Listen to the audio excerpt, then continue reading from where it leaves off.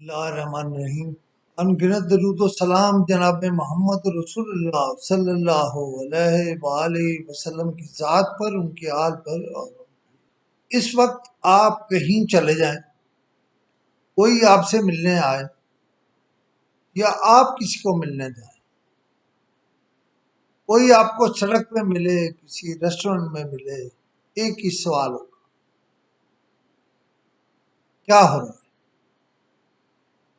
اس سوال کا جواب تو میں نہیں دے سکتا، لیکن اگر میری دل کی بات، میری ذاتی بات پوچھے تو میں سمجھتا ہوں کہ کچھ قوتیں پاکستان کو نقصان پہنچانے لگی اور وہ ریاست کے وجود کے خلاف کام کر رہی ہیں۔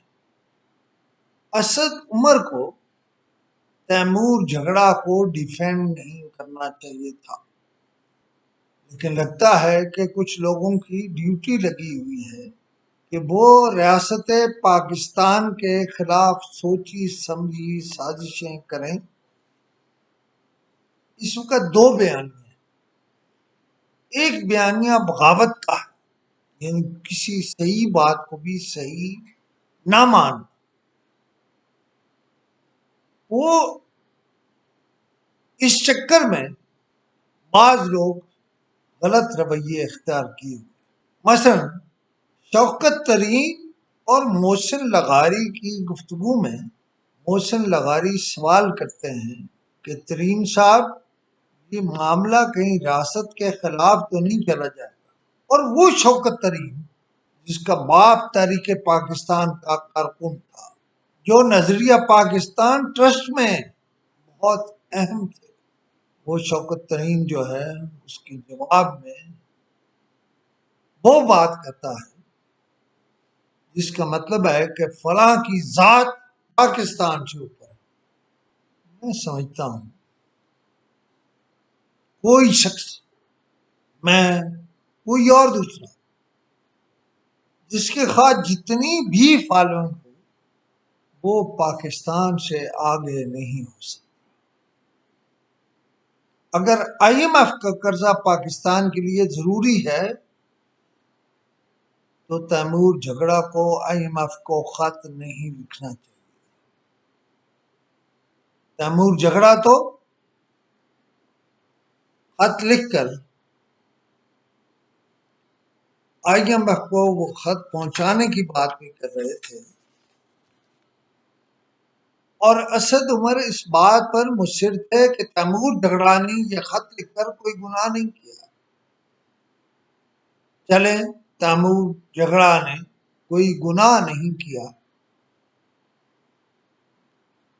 لیکن اسد عمر سے میرا ایک سوال ہے، تیمور جھگڑا نے یہ خط لکھ کر پاکستان کی سالمیت، پاکستان کے معیشت، پاکستان کے موجودہ حالات جن میں پاکستان کو سروائیو کرنا ہے،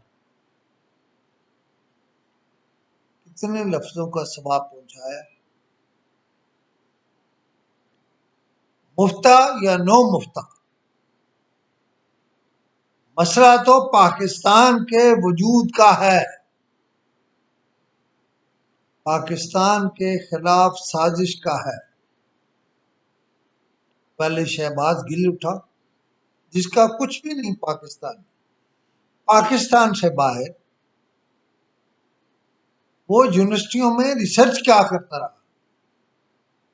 ریسرچ کرتا رہا کہ پاکستان کی افواج کے اخراجات کیسے کم کیے جائے، بجٹ، یعنی وہ پاکستان کی فوج کا بجٹ کم کرنے پر کام کرتا رہا، اسی کا ایکسپرٹ ہے وہ۔ اور وہ بولا تو کفن پاڑ کے بولا، پاکستان کے خلاف بولا۔ اب جھگڑا صرف اور صرف ذاتی مفادات کا ہے، اور یہ جھگڑے پاکستان کی ریاست کے انٹرسٹ کے خلاف،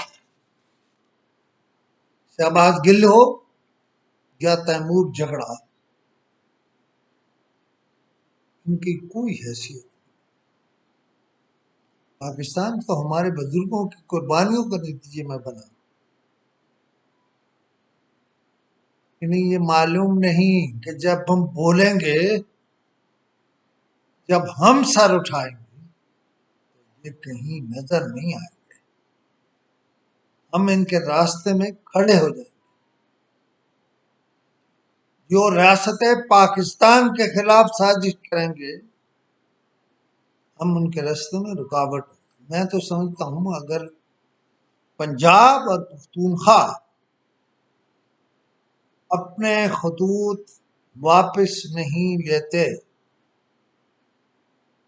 تو ان دونوں صوبوں میں کوئی شرمانے کی بات نہیں ہے۔ پاکستان کو سالے میں رکھنا ہے، پاکستان کے استحکام کا معاملہ ہے، لہذا ان دونوں صوبوں میں فوری طور پر گورنر راج لگا دیجیے، گورنر راج لگا دیجیے۔ جب بھی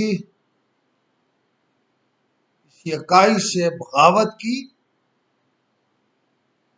آواز اٹھے گی یا سازش کی بو آئے گی، ہم اس سازش کو وہیں دبا دیں۔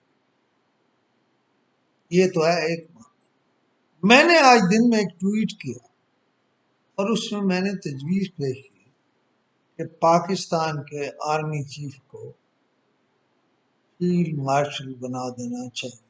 حالت جنگ ہے، ہر طرف تباہی بربادی ہے، ریکنسٹرکشن کرنی ہے، لہذا اس طرف کر۔ یہ الگ ایک موضوع ہے، اس پہ میں بات کروں گا، لیکن آج میرا موضوع ہے پاکستان کے خلاف سازش۔